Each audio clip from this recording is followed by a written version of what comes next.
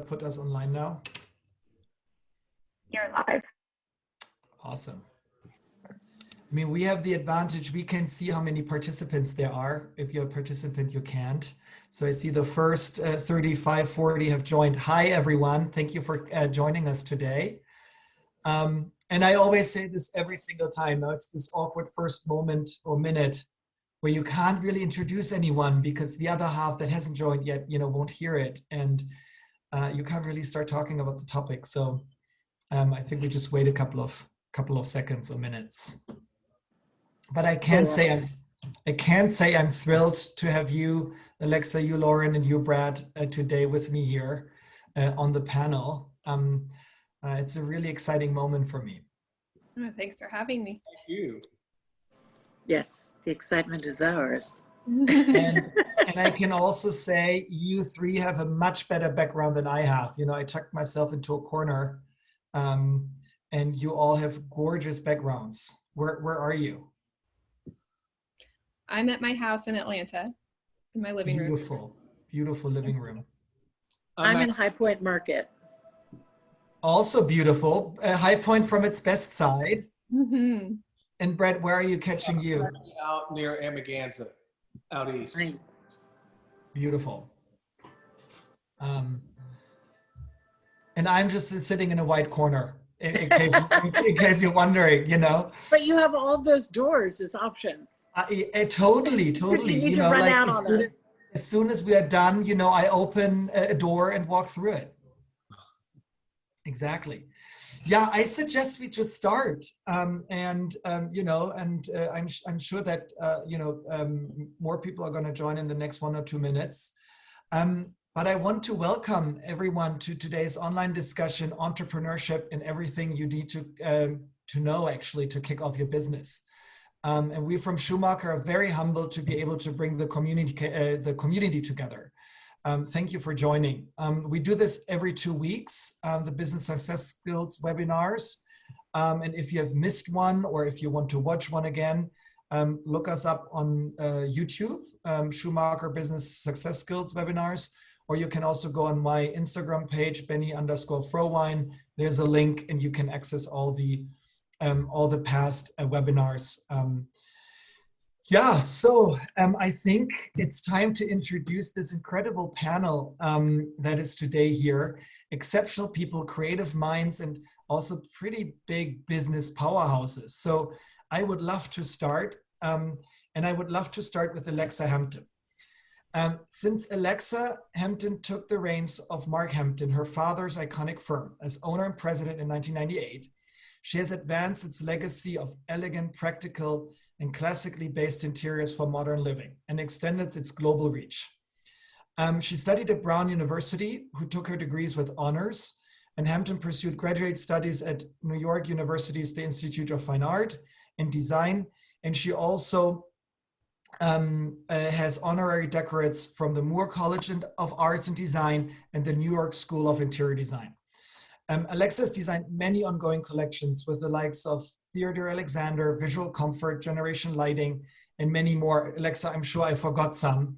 But more importantly, also, she has 2 published books, The Language of Interior Design and Decorating in Detail. And that I suggest everyone to get. It's 2 really beautiful books. Thank you for joining today, Alexa. It's an honor. Thank you. What a cool intro. I loved it. Great, perfect. So then on the panel, we have Brad Ford. Originally from Arkansas, Brad moved to Manhattan to study under the leading New York designers Ted Hayes and the late Jed Johnson before establishing his own firm in 1998. Ford holds a degree in interior design from the Fashion Institute of Technology, as well as a degree in business and economics from Hendrix College. His interiors showcase signature designs that are understated yet sophisticated, straightforward, elegant, and functional. A true entrepreneur, Brad also founded Field and Supply, a semi-annual traditional arts and crafts fair in the Hudson Valley, and opened his own showroom fair in the New York Design Center in 2015. And also there, I must say, if you come to New York the next time, check that store out. I bought some beautiful sconces, for example, for my own apartment, and I'm in love still with them. Brad, thank you for joining. Thank you. It's an honor to have you today. Yeah, appreciate it. And we have, last but not least, Lauren Lowe. Lauren studied fine arts and interior designs at the Savannah College of Art and Design, the University of Georgia in Cortona, Italy, before starting her career at a top commercial design firm where she managed a design team, won an SAD Georgia Design Excellent Award, and received the prestigious NCIDQ accreditation for interior design. After taking off on her own and opening Elaine Interiors, her interiors have been features in Atlanta Home and Lifestyles, The Atlantan, and many more. With a signature relaxed and elegant style, which we can all see in Lauren's background, Lauren designed bespoke spaces for creating beautiful memories. Lauren, also from my side, thank you for joining today and sharing all of your experiences about opening your own business. It's an honor to have you. Thank you. Thanks for having me.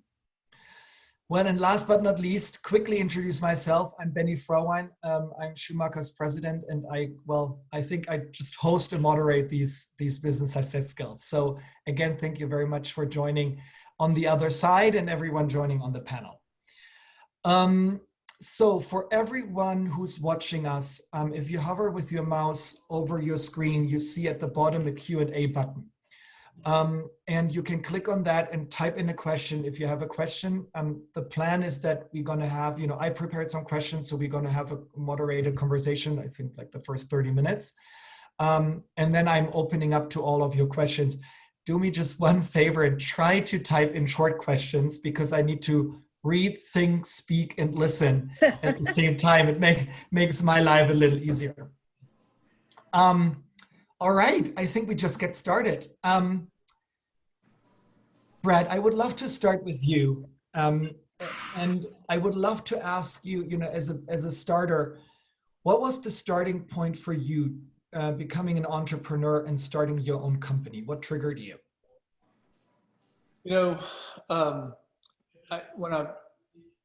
My original degree is in business and economics. I'm from Arkansas originally, as you mentioned. And I came to New York to go back to design school and studied at FIT. And then soon after started working for Jed Johnson, and then got incredible experience there, and then went on to Thad Hayes, where I got also really great experience. But I think I was able to do my own thing. I felt like I had a point of view that I wanted to get across, and I liked the idea of working for myself and just having my own schedule and having a bit more control over. And so I probably, having said all that, probably went out on my own way too soon. But I was eager. Sometimes though, in those situations, you just have to, you live and learn. But a few things that I learned, having gone through it, is one, you do have to be willing to make sacrifices. And I think that that's one of the things that holds people back a lot of times from actually shifting gears and trying to do their own thing is, they want to change, but they don't want to change their lifestyle. And I knew that when I went on my own, I had to really be super lean with everything from my spending to my work habits to, I suddenly was the boss. I had to answer to, I had to answer directly to the, I couldn't pivot and turn it to someone else. I was the person that they needed to speak to. So, there's a lot of sacrifice that you have to sort of make. I also realized that it's a very vulnerable position. So you really have to be able to show some vulnerability and put yourself out there. But, those were just a couple of things that got me started. And then, as far as like the fair that we do upstate in the showroom, I think that having started my own design firm, I learned quite a bit on starting a new business, sort of the second and third time around, and was much better prepared for that, which we can certainly go into later, but I don't want to take up too much time because I know we've got other panelists here. Yeah, no, it's super interesting. I mean, and your first sentence was, I had my own point of view. And listening to you, I don't know, that still hauls with me back, saying, okay, so you felt like, you wanted to, have a voice. Right. Very interesting. Lauren, maybe I go with you next. What was your starting point? Why did you decide, or when and why did you decide to start your own firm? So I actually got my start doing corporate office design out of college, and I did that for about 7 years. And, I think I wanted to do residential design when I was a kid. I definitely decorated my Barbie dream house growing up. But I felt like the commercial world was very important and it was, busy. And so I did that. But I got a little burnt out and tired of people who were in charge of the budgets were not the people that really cared about the design. And, we sort of made fun of residential designers in art school because I did like an interior architecture program and said, oh, those people just pick out fringe all the time. And at the end of it, I said, look, I'm tired of, I know how to do the business part. I know how to do the architectural planning, but I want to just sit and I want to think about this fringe. And I don't want someone to sit here and tell me that I have to be billable while I do it. And then have the man in charge of the budget say, I'm cutting your fringe out of the budget. So I did some heavy soul searching and just decided to take the leap. And luckily, the commercial background, I think, showed me a lot from a business standpoint. So I felt equipped to kind of know how to run the business side of things. And I actually interviewed with some really lovely designers here in Atlanta. And I was just burnt out on working for somebody. So my husband said, look, you have 6 months where you don't have to make any money. Why don't you just see if you can do it yourself? And I will be forever grateful that we figured out how to take that sacrifice because it ended up working out. And it has, it was hard for a long time, but humble beginnings and lots of leap of faith and trusting my gut and trusting my husband saying, hey, you're good at this. You should just give it a try. Thank you. And I think we're going to dive more into, anyways, into all those like do's and don'ts and things I would love to ask you, Alexa, because obviously you also, with your father and the big legacy there, I would love to understand, or we would love to hear from you, like what was your starting point and what triggered you to do all of this? Well, I, my father was, and to my mind still is, like the best ever. And I would see him and think, wow, okay, I want to do that. And I think maybe because I could draw and because he drew, that made me feel, that there's a connection. That for people like me, like, oh, we have some similarity. But I certainly didn't expect to be, to be 27 and running it. That was, not an expectation, nor was it welcome, obviously, because, there was tragic circumstances. But there were some things, it's interesting to hear you, Lauren, like my background wasn't business, and you too, Brad, like my background was design. But I think some of my ignorance about business in some cases was helpful, because I would look at something, for example, my father did not bill, he did not get a signed contract first. He would do all of this work and do the presentation, and then they would sign. So you could put in all this work and they could walk away. Well, maybe if you're Mark Hampton, like you can have assurance that you're going to get that gig. But I was like, well, I can't do that. Mm-hmm. Like I need to be signed on. So all of these things that I looked at as a non-business person, I could say, okay, well, that doesn't make sense to me, or so I'm not going to do it that way, or I'm so nervous about going under at any minute that I want to squirrel as much money into our working capital. And like, it was like I was a Depression era baby. I put, money into 3 different banks, just, I don't know. Fear has been a guiding light in my professional career. And And it has, you know, in many respects been helpful. And I think a lot of us, when we go into business, like, it's scary, and that's okay. Like, it's not uncommon to feel fear, and sometimes fear keeps you honest and it keeps you hungry, and it also keeps your eyes open to learn from other people about best practices. You know, I'm never shy about picking up the phone, and, you know, I'll call David Kleinberg, I'll call Bunny Williams, I'll call, you know, I really will call anybody and be like, so what do I do here? You know, and they share, which is wonderful. Yeah, I think this is really wonderful about this community, you know, in the interior design community in general, you know, that we all share and that we all come together, like, for example, also today. Alexa, I think the big question is, you know, would you do it again? You know, because because it's a big step, and I heard that from the three of us. So I'm going to ask, you know, the three of you, like, is it worth it? Would you do it again? Oh yeah, for sure. For sure. You know, the only bad thing about my scenario is that death was involved, you know, but there was no question that I was going to be a decorator forever. And in fact, I had a fight with my father, you know, like 6 months before he was diagnosed with cancer. I don't know what it was. And I was so pissed that I quit, and I got a job at David Kleinberg's.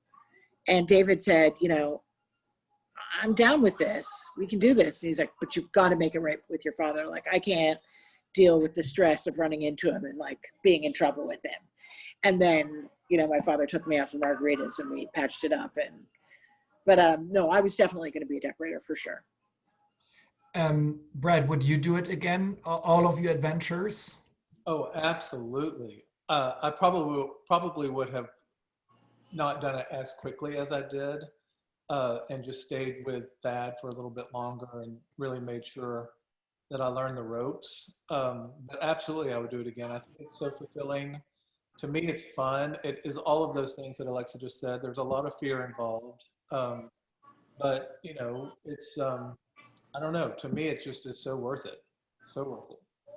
And Lauren, you too, right? You were nodding. You would also, like, do it again in a heartbeat.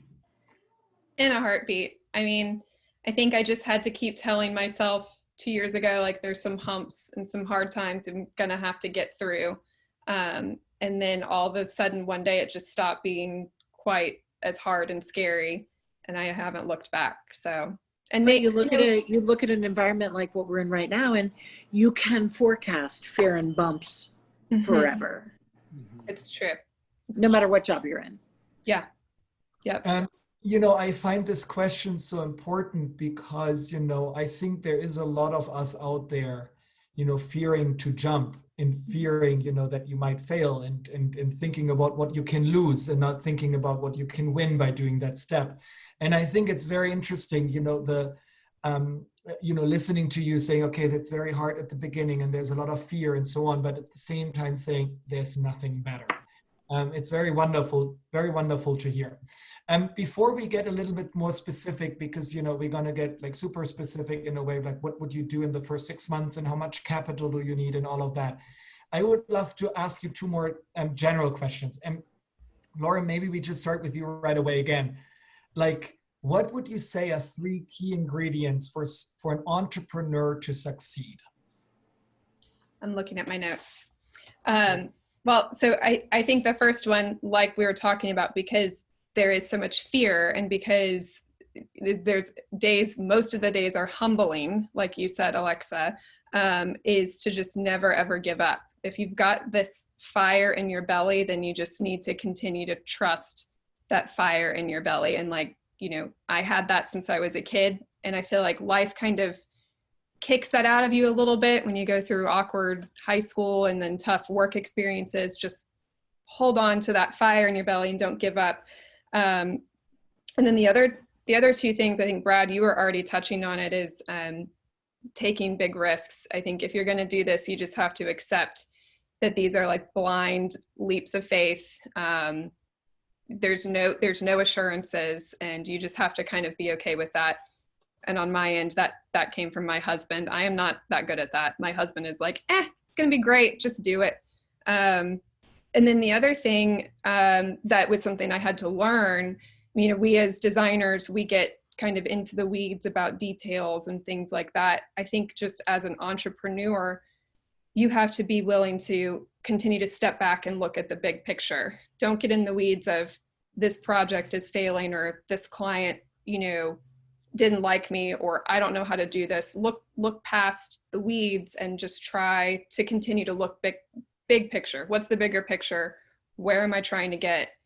What am I learning right now that's going to give me tools to get to the next level? Thank you. Super interesting. Brad, what would be your three key ingredients that you say, listen, if you do this, you're going to be a good entrepreneur?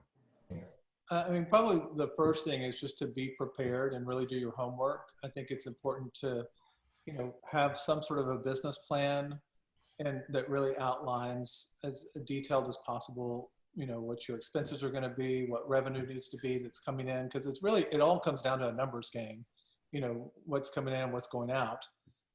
So I think you have to really do a strong business plan. As Alexa mentioned, I'm always so surprised and you know, admire how much people are willing to help you. So, you know, when you're coming up with that business plan, or really doing your research, you know, call people that, you know, probably know more than you do and ask them. And I think you're always going to be surprised at how willing people are to give you that information. The second thing is, and I mentioned this earlier, is to, you know, really be lean at the beginning, and just, you know, try to save as much money as you can, have as little expenses as you can, and just, you know, run a tight ship and be scrappy. And then the third thing is, when you have the opportunity to hire people, I think it's so important to hire people that are better and smarter than you are. or at the very least, outline in your mind or on a piece of paper, like, what are your strengths, what are your weaknesses, and then try to find someone and hire someone that is much better at what are your weaknesses. And I think that is really, really key, because I know I've got a great team that I lean on heavily, and they're all very, very, you know, proficient, smart, talented folks. So those are three of my top tips. Thank you. Thank you. I love your last tip. Alexa, did you start with a business case? It didn't sound like that. No, because the business existed. So that was that's a really hard thing to establish that I didn't have to contend with. But what, you know, both Lauren and Brad just said are, you know, ring spectacularly true. Be lean. Actually, you know, recently my husband said to me something really good. He said, I'd love you to envision, because I've been traveling a huge amount up leading up to COVID. And, you know, I was on 20 flights in January, and, you know, it wears on you and it wears on your body, and your kids are like, you know, you smell like an airplane. Nice to see you in a week. You know? So he said to me, he was like, what would a perfect day look like for you at work? And he said, you know, envision it and tell me what it is, so I can help you get there. And I thought, wow, that's like a revolutionary thought. Like, wait, you just like to please myself? So I think that I really appreciated him putting it that way, because even if you can't reach it, I think it's laudable to try to know what you want your life to look like. So that, lean and scrappy, and, you know, when you start making money, sock it away. Sock it away, sock it away, sock it away. The one really scary thing about our line of work is that you have to wait for the next call. You know, you could be doing the most amazing job ever, and when it's done, if that phone doesn't ring, what are you gonna do? So you can't get drunk on the success of, you know, this beautiful thing that you're working on, or that you gotta hold steady and save. Thank you. And sometimes you'll fail. Yeah, and I think that's the you know, the word fail is so hard, but I would love to, you know, like just take the question the other way around. And Alexa, you already talked about that a little bit, saying, you know, like a big mistake is to just, you know, splurge on the money. What else would you say, like, is really, you know, you would really suggest not to do because it just makes the likelihood higher of failing? Me? Yeah. Yes. Yeah. Sorry. Well, one thing is, I think even if you just like numbers, which I do, it like stresses me out. But you have to know, like Brad was saying, you've got to know what's coming in and what's going out. You cannot relinquish that to somebody else. I mean, you have an accountant, you have a bookkeeper, whatever, but you must make yourself look at it. You cannot be an ostrich with your head in the sand. You have to have a picture, no matter how scary, of what's going on. Because if you put a buffer in there, you could get bad information. And if you're going to be a grown-up and run a company, you have to just be like, wow, I've got to be a grown-up here. This is some adult stuff I got to do. And I've got to know what's happening in my accounts. It's actually a very nice way of looking at it. I would, you know, Brett, you spoke about a business case and so on and so forth. I would love to, you know, like start with you a little bit more specific. So imagine I'm an employed interior designer and I consider opening my own firm. What do you suggest I look into to kind of assess whether I should start or can start my own business? Like what's like, you know, if I'm now sitting at home with a checklist, what would you tell me, Benni, look into before you start? First of all, I'd make sure that you have at least one project, you know, that you can rely on some kind of income coming in. But one of the things that I always do, and I actually do it every year, believe it or not, around the new year, is I come up with a number in my head based on the lifestyle that I like to lead. You know, as far as what rent or mortgage payments are, what all of my expenses are, how much I like to travel, anything that you can come up with as far as a number. And what is that number? What would that number be annually for a salary to cover those expenses, savings, everything? So let's just say it's X number of dollars. Then I get on a separate piece of paper. I start to break that down, literally as specific as possible with, okay, that would probably mean I need 3 projects and each project needs to have a budget of this. And then I take each of those projects and think, okay, if it has this budget, I know I can rely on this amount of money for, you know, my design fee, this many hours I would need to bill each week. You know, I try to get as specific as possible.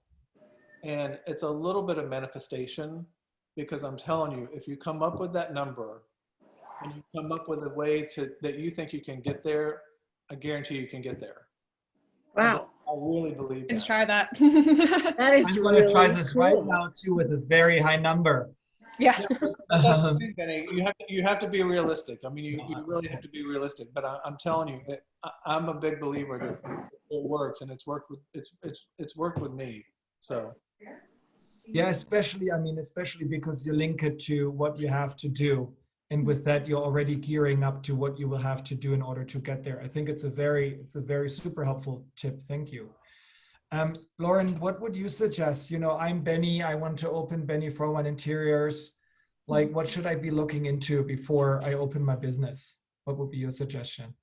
Well, I mean, I think go into before what Brad was saying is trying to understand, you know, how to get to those numbers, because that's something that I had to learn on my own. I had this like corporate background, but corporate design bills totally different than residential is. I mean, I feel like we could have just a discussion on, like we were saying earlier, fee structure. But I think, and this is the question I asked myself, is to me, I think you've got to look at 2 different ingredients to see if you think you can be equipped. And that would be, do you have some kind of a background in design? Have you been working for another designer, or a background in art or something, or an education? And then can you gather that business piece of it I don't know, if not, can you take a business for interiors course at, I think SCAD here in Atlanta offers that. I think if you can answer yes to those things, I think the other stuff, some of this more specific stuff is things that you can learn over time. But then of course, there's that realistic financial piece of it, which is, do I have a way to survive and maybe not take, much of a salary or take a huge salary cut for a certain amount of time while I get things off the ground. And if to me, and that's what I did, is, the answer is yes to, yes, I feel like I have experience with design. Yes, I have this kind of, the business aspect. I think I can at least fumble around and figure it out. And then I have X number of months before I have to start making, bringing in dollars. Then I think that you could probably take the leap. Thank you, Lauren. Alexa, what would you suggest me? Speaking about me opening my own business, what would you suggest I do before I actually really jump? Well, I would, if I were a 16-year-old right now, which I am not, I would want to go to school and get a degree in the discipline, because it has become, there have been changes in technology, and, one should, back in the day, it was a career that perhaps wasn't always taken seriously, but now, one gets a degree, one can be, accredited. So I think it's a powerful thing to have in your pocket. Then I would go work for somebody amazing. Like if so I worked for my father, who I think was amazing, but he wasn't going to make me privy to business stuff because I was this little girl. I frequently think if I could have worked for somebody else in addition, I would have loved to have worked at Ralph Lauren or for Martha Stewart, somebody really hardworking and really badass, and just see how they do it and get that template of how they go about their business. And back in the day, we used to always say in my father's office that you had to work 7 years for somebody before you could go out on your own. But I mean, that's probably too long in this moment in time. But it was, it's a step. So it's your studies, your tutorial, and then go out into business for yourself and start incredibly small. Interesting. I think all of your answers come so nicely together. And I also appreciate, Alexa, that you start a little earlier even with your explanation. All right, so let's zoom 5 years forward. I did my degree in interior design, and I worked a year or two, and I still feel like, I really want to do my business, and I have a voice and I have a perspective. Can you help us with what you think, how much capital I need, or what maybe, also explaining, what is actually eating most of your capital at the beginning? Lauren, do you want to start? Sure. I mean, it's interesting in the beginning because you can just get your license and your resale certificate and some computer software and you got a business, right? But to me, the capital part comes from more, how are you going to get your portfolio? How are you going to get someone to hire you? Because who's going to hire you if you don't have a portfolio? But you can't get a portfolio until you've been hired, right? I mean, I think this was the struggle I had. So that's where I think the capital comes into play. You can get started, to me, very low cost. I just need computer and pens and a car to get to ADAC. But the capital comes from if you don't have a mother-in-law or a gal pal that says, yeah, I'll let you experiment in my house, if you kind of cut me a deal and you can take photos of that, then, how are you going to get a portfolio, which then you've got, we've got social media. You hope that maybe you can get, some, maybe get published or something.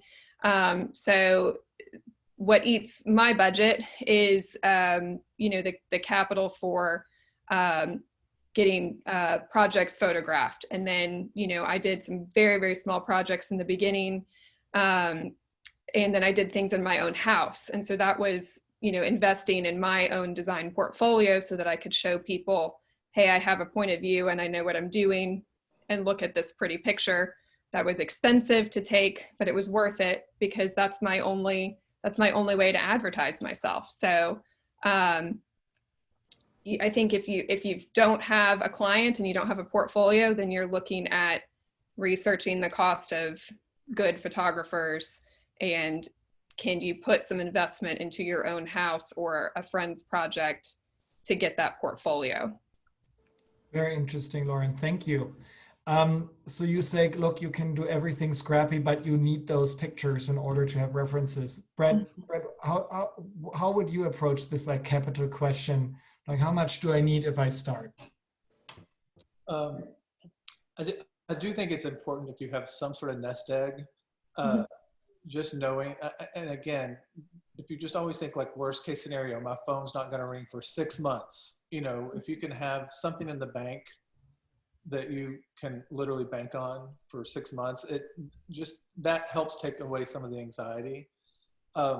So I think that number is different for everybody, but I just think that it's always good to have like 6 months of income dashed away. But I do think Lauren brings up a very, very valid point, which is at the beginning, you can be super scrappy, but you do need good photography. That's one of the biggest investments you can make to help promote yourself and your business.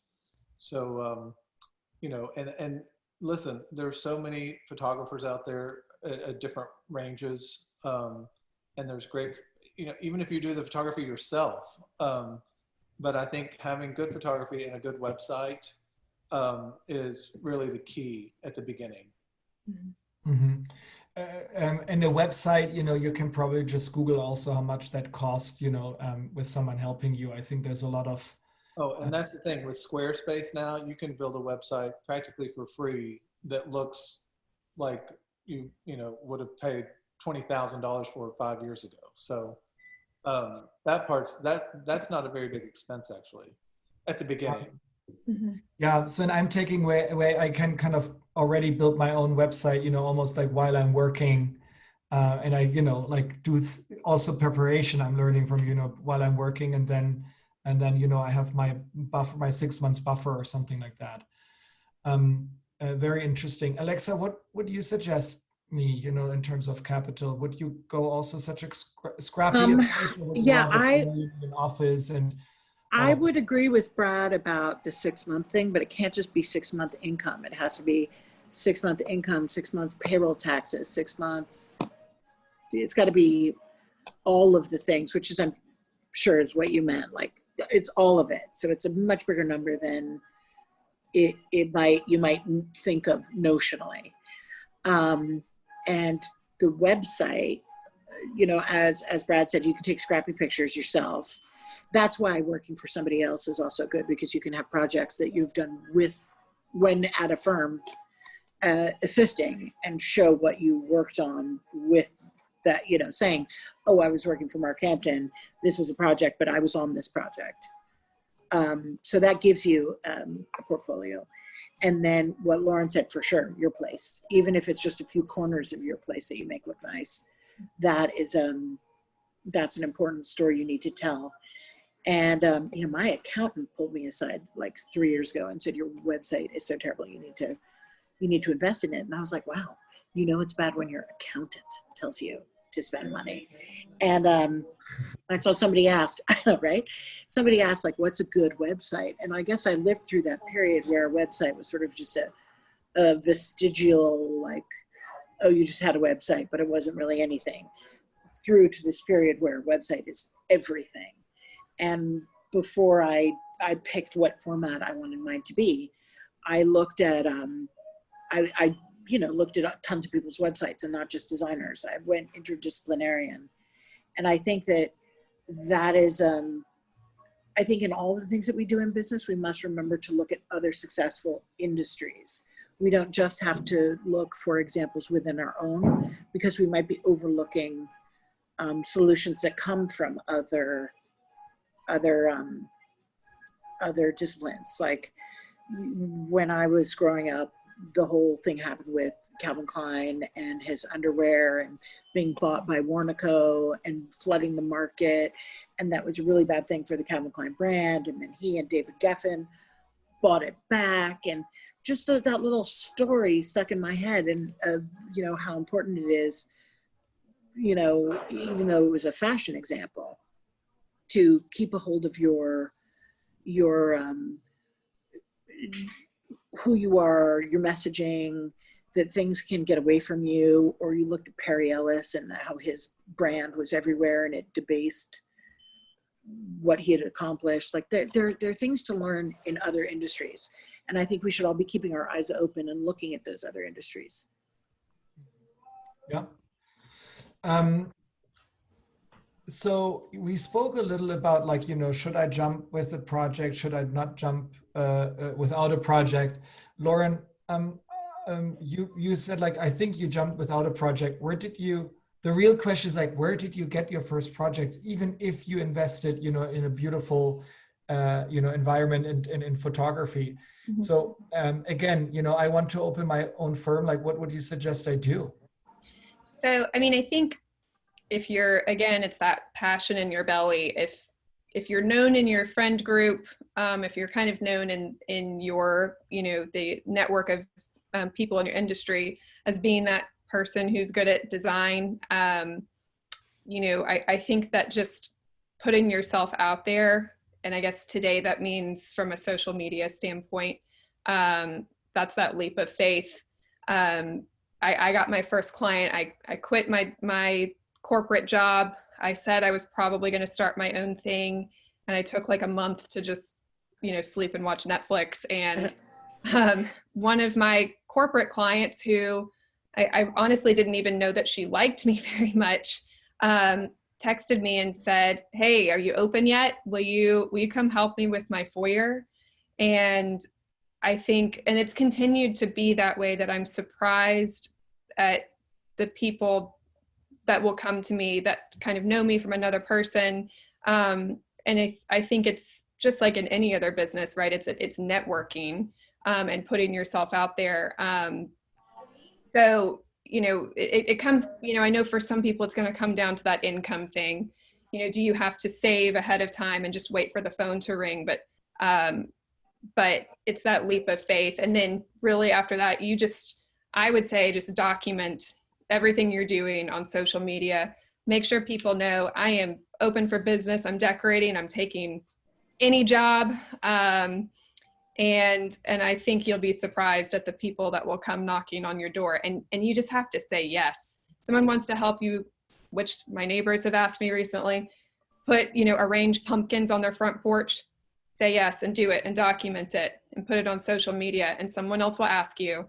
And then they probably will ask you to help them with their screened-in porch. And then they'll give your name to a friend.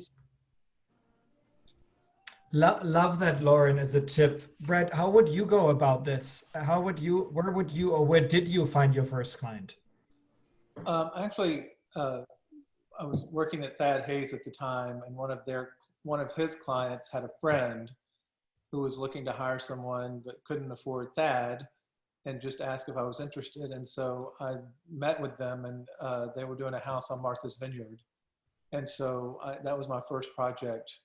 But as Lauren mentioned, I would look at any opportunity that came my way and take it. You know, I had someone reach out to me about replacing carpet in their apartment on the Upper East Side. And I went and met them, and, you know, we picked out new carpet, and that led to new drapes, and that led to new other furniture. And so it ended up being a real project. So I think you have to sort of set your ego aside at the beginning and just literally be open to any opportunity that comes your way. And maybe not just at the beginning. Payroll is payroll. Absolutely. You know, you've got to pay your bills. You take big jobs and little jobs forever. Exactly. And that's such a good point, because not every job that you get is going to be like an amazing job that you're going to want to photograph, but it pays the bills. And your clients might not let you photograph it. Yeah, exactly. But they might give your name to someone who would be a great client.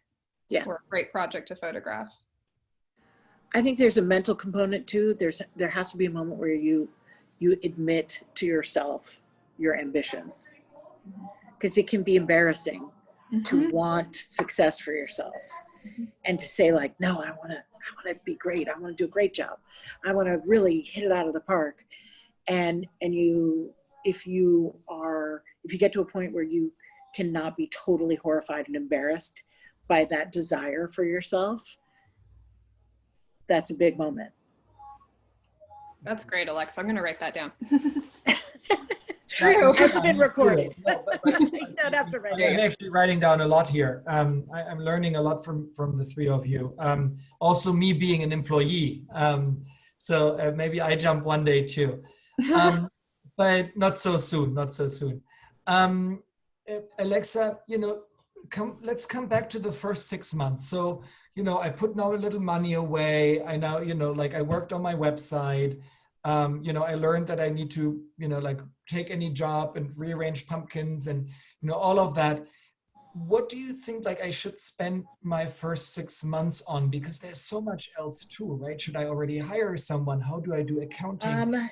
I feel like my answers will be sort of fake, because for me it's hypothetical, because I got left with a company. It was an entity and there were people there. For me, it was more like, how many people are leaving? How many people are jumping off this sinking ship? And how can I keep it afloat and dance as fast as I can? So that makes sense. So how can I express, and this carries over obviously to other people as well once they've started.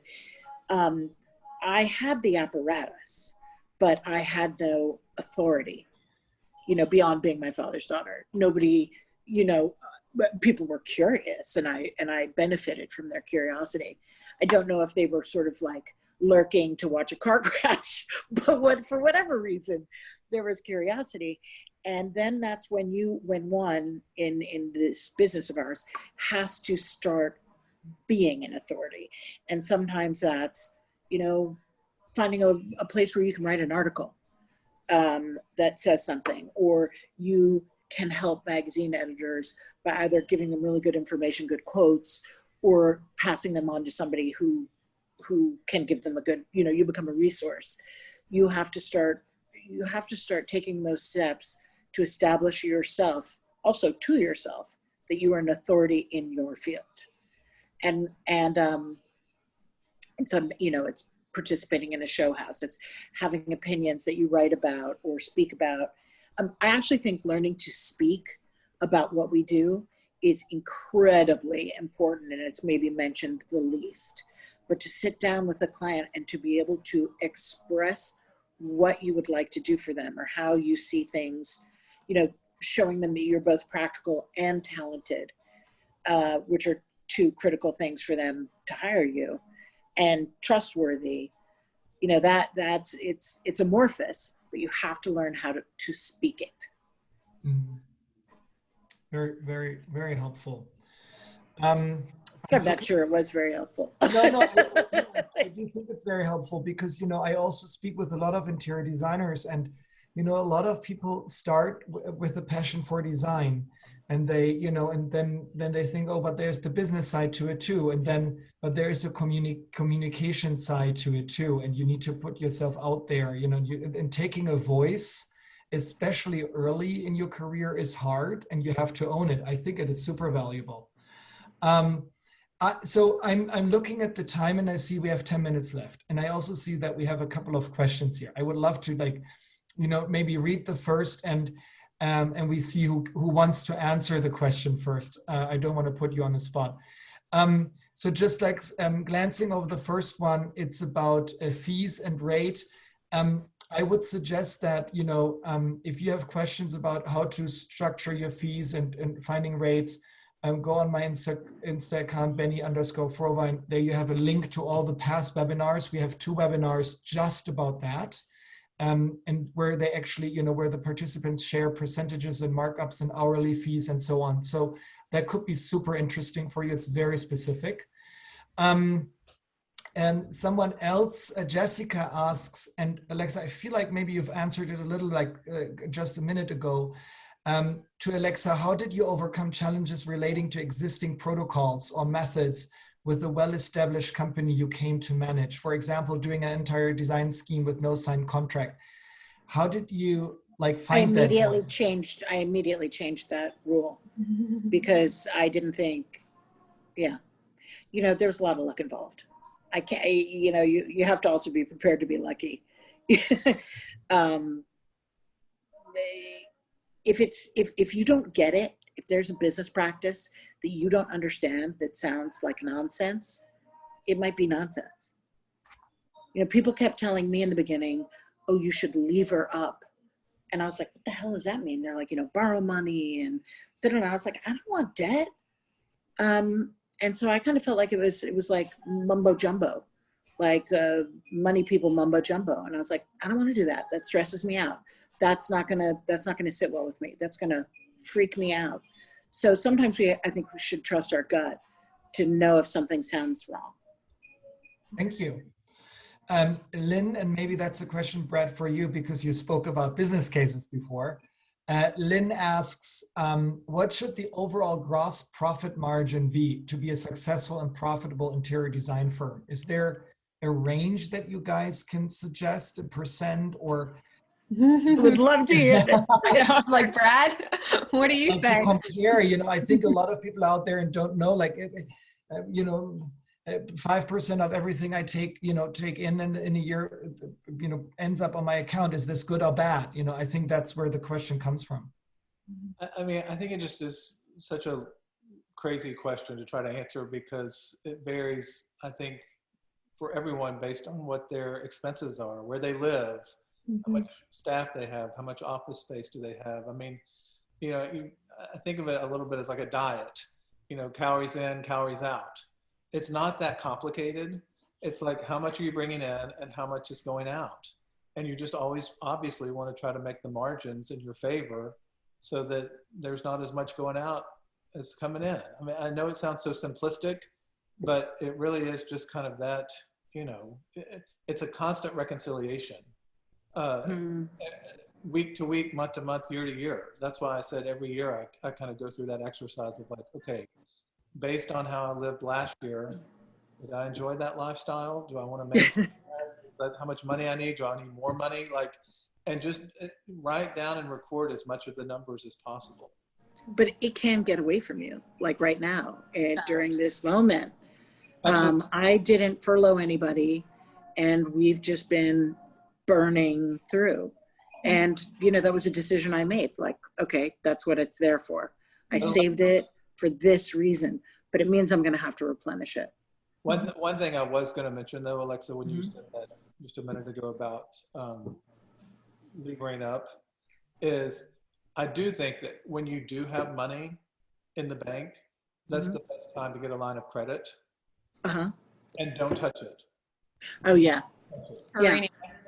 Just hold on to it, but it's easier to get a line of credit when you've got money in the bank. When yeah, that's great advice.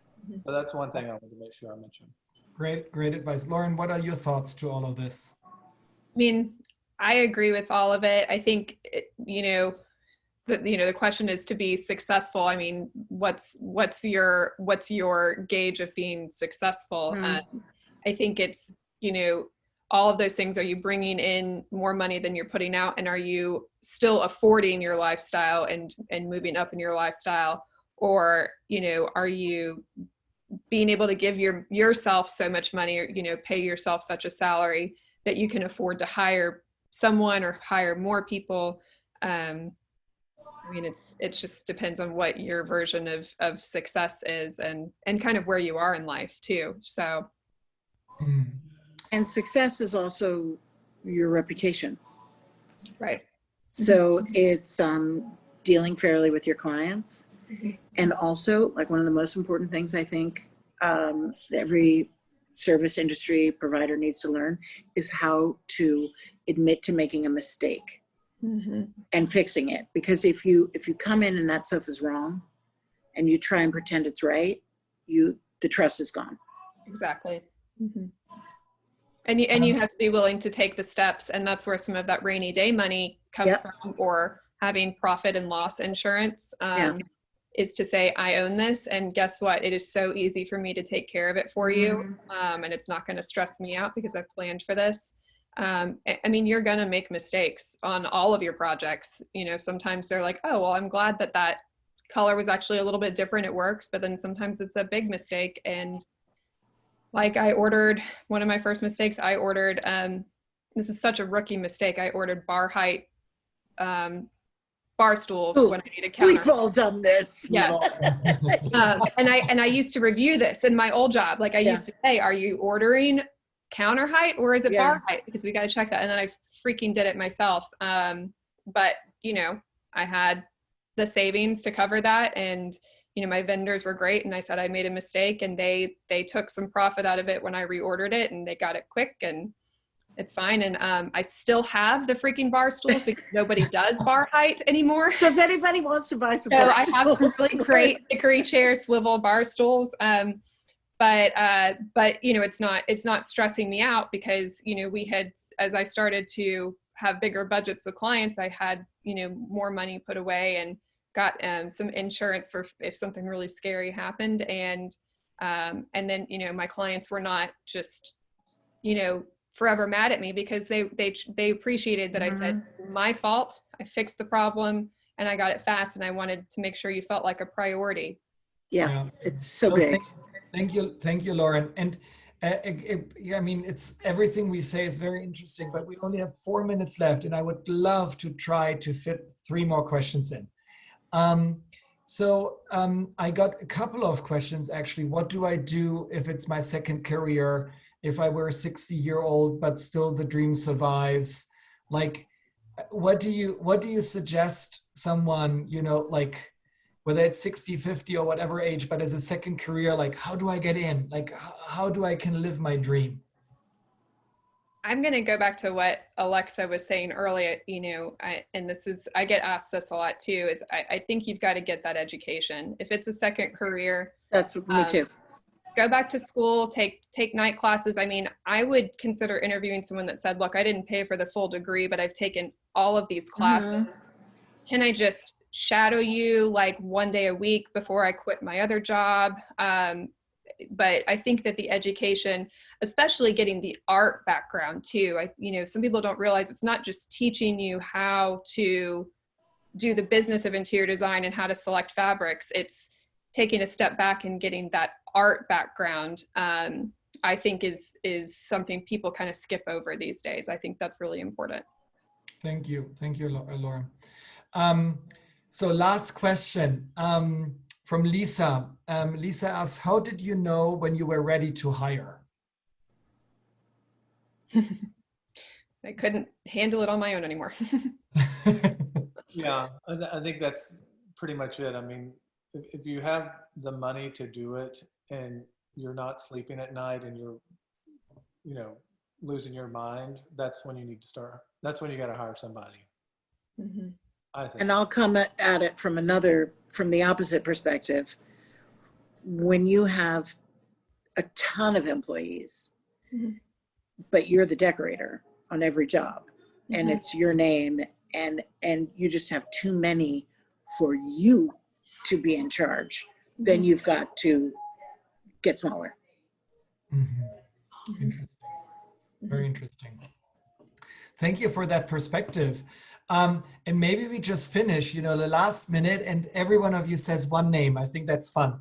So Kim asks, who were your biggest designer inspirations? So maybe you just can like throw out a name or someone who you always, you know, whose style you always admired. Blast. You go first, and then Brett, and then Alexa. I was going to say Ralph Lauren. I'm forever preppy. Okay, cool. Brett. I actually had the good fortune to work with 2 of the people who I most admire, which was Jed Johnson and Thad Hayes.